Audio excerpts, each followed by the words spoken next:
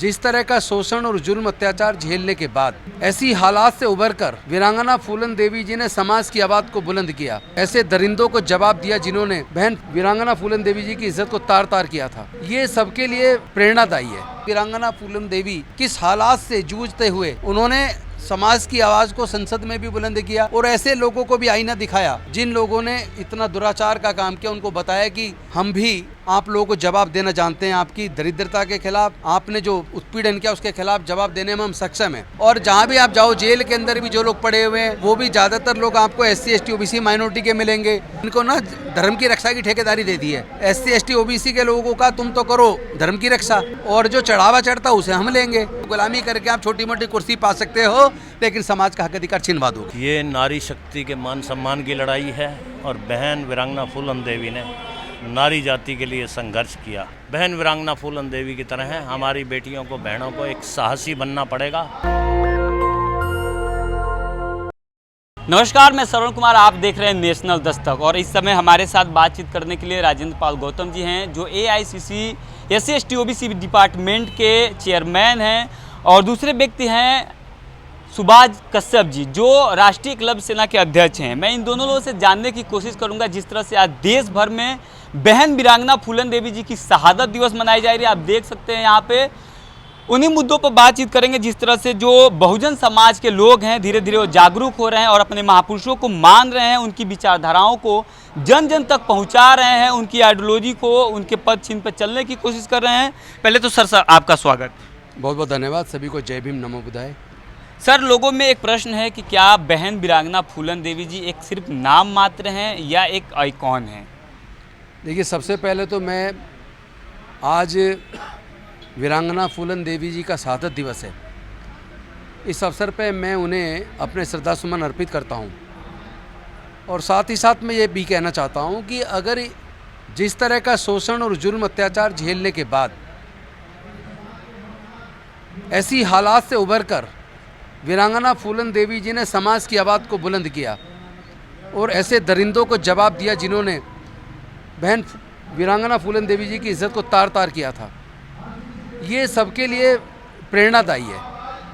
यही कार्य अगर स्वर्ण जाति की किसी महिला ने किया होता तो स्वर्ण समाज के लोग उसको देवी का दर्जा देके उसको इतना सम्मान देते, लेकिन चूंकि वो वंचित वर्ग से आती हैं, अनुसूचित जाति या पिछड़े वर्ग से या जनजाति के वर्ग से, चूँकि ये जो जाति है मल्ला निषाद, ये कुछ जगह पर ST में है, कुछ जगह पर SC में है, कुछ जगह पर OBC में है। चूँकि उस वंचित वर्ग से आती हैं, इसलिए उनको जिस तरह एक दस्यु के तौर पर दिखाने की कोशिश सरकारों ने की है।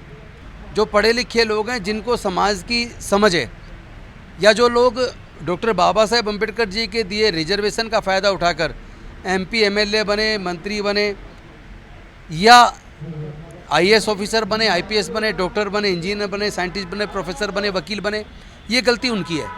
क्योंकि जो जागरूक है उन्हें अपने समाज में जाके समाज को जागरूक करना चाहिए था। उनको इस महत्व को भी बताना चाहिए था कि वीरांगना फूलन देवी किस हालात से जूझते हुए उन्होंने समाज की आवाज़ को संसद में भी बुलंद किया और ऐसे लोगों को भी आईना दिखाया जिन लोगों ने इतना दुराचार का काम किया। उनको बताया कि हम भी आप लोगों को जवाब देना जानते हैं, आपकी दरिद्रता के खिलाफ, आपने जो उत्पीड़न किया उसके खिलाफ जवाब देने में हम सक्षम हैं। लेकिन सर, देखा जाए तो जो बहन वीरांगना फूलन देवी हैं वो महिलाओं की सशक्तिकरण को लेकर बात करती थी, और जो वो पार्लियामेंट का जब मैंने उनका स्पीच सुना तो वो सर्व समाज के महिलाओं की आरक्षण की बात करती थी। नहीं, फूलन देवी जी का जो असली कैरेक्टर वो सामने आया कब है? सरकारों ने आने ही नहीं दिया। आप उनका अगर संसद का वो भाषण देखेंगे या सामाजिक मंच पे भी जो उन्होंने भाषण दिया, वो समाज को सशक्त करने वाला और विशेष रूप से महिलाओं की पीड़ा को सामने रखकर महिलाओं को उनके हक और अधिकार दिलाने वाला रहा है। लेकिन आज सबसे बड़ा अनफॉर्चुनेट पार्ट हमारे समाज का ये है कि हमारे समाज के लोग अपने मुद्दों को या तो जानते नहीं हैं, जानते हैं तो जान के भी उसको अमान्य कर देते हैं, और समाज की बात को जनता तक पहुंचाने के लिए गांव-गांव जाके लोगों तक पहुंचाने की बजाय वो हल्केपन की राजनीति कर रहे हैं, या समझ लो धर्म के नाम के ऊपर अंधे होकर, और वो ऐसी धर्मांधता के बीच फंस गए हैं कि उनकी हकमारी हो रही है, उन्हें एहसास ही नहीं है। जैसे मैं आपको एक एग्जांपल दे के बताता हूँ। अभी कल संसद के अंदर जो आंकड़े सामने आए, केंद्रीय विश्वविद्यालयों के अंदर अभी जो सूचना सरकार ने दी है केंद्र के प्रोफेसर की केंद्रीय विश्वविद्यालय में प्रोफेसर की 83% पोस्ट शेड्यूल्ड ट्राइब की खाली पड़ी हैं, 80% पोस्ट ओबीसी की खाली पड़ी हैं और 64% प्रोफेसर की पोस्ट शेड्यूल्ड कास्ट की खाली पड़ी हैं। वहीं एसोसिएट प्रोफेसर की सेंट्रल यूनिवर्सिटी में एसटी की 65% पोस्ट खाली हैं, ओबीसी की 69% पोस्ट खाली हैं और एससी की 51% पोस्ट खाली हैं।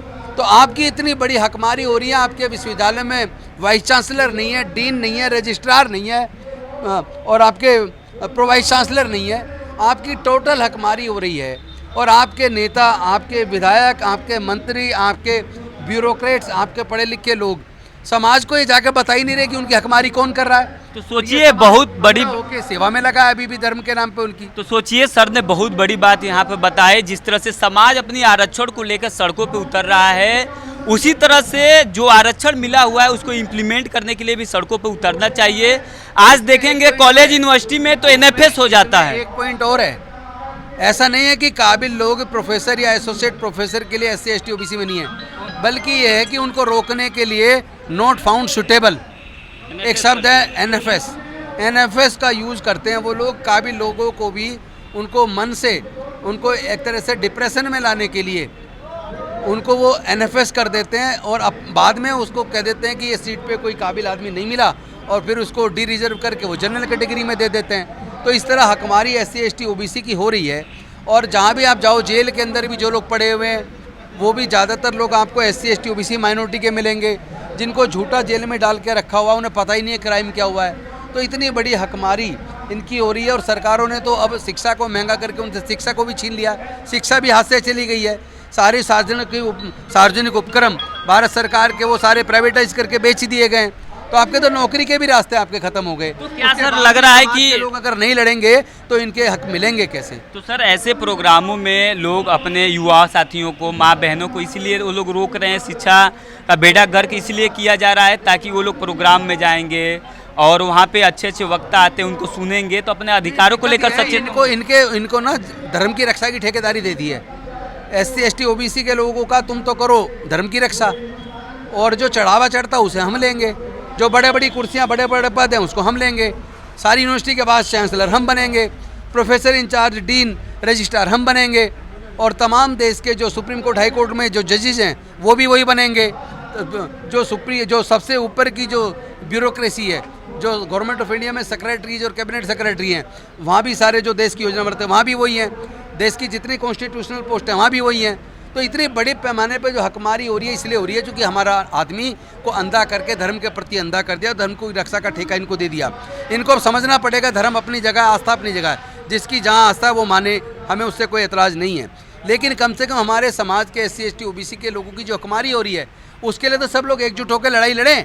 चलिए तो ये लड़ते नहीं है और गुलामी करने में व्यस्त हैं। तो गुलामी करके आप छोटी मोटी कुर्सी पा सकते हो लेकिन समाज का हक अधिकार छिनवा दोगे। तो बहुत बड़ी बात है। मैं लगातार ये कह रहा हूँ कि जब अपने प्रोग्राम में जाएंगे, अपने समाज के प्रोग्राम में, तो वहाँ पे अच्छे अच्छे लोग, इंटेलेक्चुअल लोग, पढ़े लिखे लोग आएंगे और आपको बताएंगे कि आप अपने हक और अधिकार को लेकर कैसे सचेत होंगे। राष्ट्रीय एकलव्य सेना के बैनर तले पे आप हो रहा है। राष्ट्रीय एकलव्य सेना के जो अध्यक्ष हैं, राष्ट्रीय अध्यक्ष सुभाष कश्यप जी, मैं इनसे भी जानने की कोशिश करूंगा जिस तरह से देश भर में आज बहन वीरांगना फूलन देवी जी की शहादत दिवस मनाई जा रही है, दिल्ली में भी यहाँ पे हजारों लोगों की संख्या में लोग आ रहे हैं, क्या संदेश देना चाहते हैं समाज को शहादत दिवस बना के? ये नारी शक्ति के मान सम्मान की लड़ाई है और बहन वीरांगना फूलन देवी ने नारी जाति के लिए संघर्ष किया। आज बहन वीरांगना फूलन देवी भारत की पहली क्रांतिकारी महिला और देश की चौथी क्रांतिकारी महिला है। मैं सभी बहुजन समाज की बहन बेटियों से अपील करना चाहता हूँ कि जो बहन वीरांगना फूलन देवी ने संघर्ष किया वो आप लोगों की आइकॉन है और बहन वीरांगना फूलन देवी की विचारधारा के ऊपर अगर आप संघर्ष करेंगी और चलेंगी तो इस धरती के ऊपर कोई भी आदमी ऐसा नहीं है जो आपके साथ में कोई गलत बर्ताव या कोई इस किस्म का करे। और बहन वीरांगना फूलन देवी की तरह हमारी बेटियों को, बहनों को एक साहसी बनना पड़ेगा। सोचिए देश भर में जिस तरह से बहन वीरांगना फूलन देवी जी एक शोषित वर्ग से आती है, लेकिन उन्होंने जिस तरह से शोषण जुर्म के खिलाफ उन्होंने जिस तरह से आवाज़ बुलंद की, आज उनके शहादत दिवस, हम लोग 25वां शहादत दिवस मना रहे हैं और आज भी सीबीआई जांच को लेकर मांग हो रही है। मैं सर से ही जानूंगा, आपके पोस्टर लगा हुआ है सामने, वहाँ पे सैकड़ों लोगों का हस्ताक्षर है और वो लोग आप लोग साफ साफ मांग कर रहे हैं सीबीआई जांच की, इसके पीछे का क्या वजह है? यह एक बहुत षड्यंत्र के तहत, मनुवाद विचारधारा के तहत बहन जी को मौत के घाट उतारा गया। हम चाहते हैं सरकार अपनी निष्पक्ष विचारधारा से बहन वीरांगना फूलन देवी की शहादत, जो उनकी हत्या की गई थी, उसकी सीबीआई जांच करे और जो भी इस देश के अंदर राजनीतिज्ञ लोगों का बहुत बड़ा षड्यंत्र रहा है, इसकी जांच होने के बाद में जो भी लोग इस मुख्य धारा के अंदर थे उनको सज़ा दी जाए और कानून उनको सख्त से सख्त सज़ा दे, जो बहुजन समाज को इंसाफ मिल सके। तो सोचिए देश भर में किस तरह से आज भी इतने दिन होने के बाद भी एक शोषित समाज की बच्ची के साथ, एक महिला के साथ, सोचिए मेंबर ऑफ पार्लियामेंट थी बहन वीरांगना फूलन देवी और उनकी हत्या हो जाती है 24 अकबर रोड पे, लेकिन आज तक वो समाज नहीं जान पाया है कि आज की इसके पीछे की साजिश किसने की। और भी लोग हैं, क्या नाम है आपका सर? सुब्रन पाल पहलवान। मैं बहन जी के गांव से हूं, जन्मभूमि से। बाबूजी ने, पिताजी ने 11 साल जब बहन जी जेल में रही, तब आपने बाबूजी ने जेल से निकालने का पूरी भूमिका निभाई। धन से हर तरह से अभी भी मेरे गांव जाते हैं मानी कश्यप जी, तो उनके नाम से हर वर्ष इन्होंने यहाँ शुरू किया है। स्टोची लगवाई, बड़ा हॉल बनवाया और माता जी को 5-6 महीने में मदद करते हैं। तो समाज में ऐसे लोग हैं, बुद्धिजीवी लोग हैं, जो अपने समाज को मुख्य धारा में जोड़ने की कोशिश भी करते हैं और इनके साथ ये एक बहुत बड़ी विडंबना है कि जो इन्होंने ग्राउंड लेवल पर काम की, वो मेन स्ट्रीम मीडिया उस दौर में नहीं दिखा पाई, नहीं भुना पाई इनके कामों को लेकर, लेकिन आज ग्राउंड पे सोशल मीडिया का ज़माना है और लगातार आप देखेंगे तो मैं हज़ारों लोग से मिलता हूं और वो लोग साफ साफ कहते हैं कि जो सुभाष कश्यप जी हैं, जो दिल्ली के रहने वाले हैं, उन्होंने किस तरह से बहन वीरांगना फूलन देवी जी के साथ जो घोर अन्याय हो रहा था, सिस्टम जो कर रहा था, इन्होंने बहुत बड़ी भूमिका निभाई और इन्होंने इनके पिताजी की इनकी पूरी भूमिका है सुप्रीम कोर्ट से लेकर सांसद बनवाने में, चुनाव लड़वाने में बहुत तन मन धन से सहयोग किया। तो हमारे दीदी को अगर न्याय दिलाया है तो माननीय सुभाष कश्यप जी ने, इनके पिताजी ने। लेकिन लोग तो कहते हैं कि मुलायम सिंह यादव जेल से छुड़ाएं। ये सब बाद में लोग आए, मुख्य भूमिका इनकी, उनके पिताजी की है, सब लोग जानते हैं। हम लोग उनकी जन्मभूमि से हैं, काफ़ी लोग यहाँ आए हैं, काफ़ी संख्या। क्या कहाँ से आए हैं? गोरवा का पूर्वा, गोढ़ा का पूर्वा विधानसभा क्षेत्र कालपी, जनपद जालौन, बुंदेलखंड। मेरा नाम सुब्रन पाल पहलवान, राष्ट्रीय उपाध्यक्ष अखिल भारतीय पाल महासभा एवं एकलव्य सेना उत्तर प्रदेश। भैया ने मुझे बनाया। तो ये पाल समाज से हैं और ये गुरहवा का पूर्वा उस गांव से है जहां पे बहन वीरांगना फूलन देवी जी का पैतृक गांव है और ये सच्चाई बयां कर रहे हैं। लेकिन देश भर में बहुजन समाज के लोग जो हैं वो जागरूक हो रहे हैं और बहन वीरांगना फूलन देवी जी की शहादत दिवस मना रहे हैं, उनको नमन कर रहे हैं और उनकी विचारधाराओं को जन जन तक पहुंचाने के लिए, और ख़ास करके जो महिलाएं हैं, जो बच्चियां हैं, उन सबको वो प्रेरणा का स्रोत बना रहे हैं, ताकि बहन वीरांगना फूलन देवी जी का इतिहास लोग पढ़ेंगे तो उनके साथ शोषण, जुल्म, अत्याचार नहीं होगा। आप क्या इन मुद्दों को लेकर सोचते हैं, हमें जरूर बताइए। शुक्रिया। दस्तक की आपसे गुजारिश है कि अगर इसको बचाना चाहते हैं तो नेशनल दस्तक को सब्सक्राइब करने के लिए रेड कलर के सब्सक्राइब बटन को दबाएं, फिर बेल आइकन की घंटी दबाएं। नेशनल दस्तक को बचाने के लिए बहुत जरूरी है कि हर खबर को शेयर करें, लाइक करें, कमेंट जरूर करें।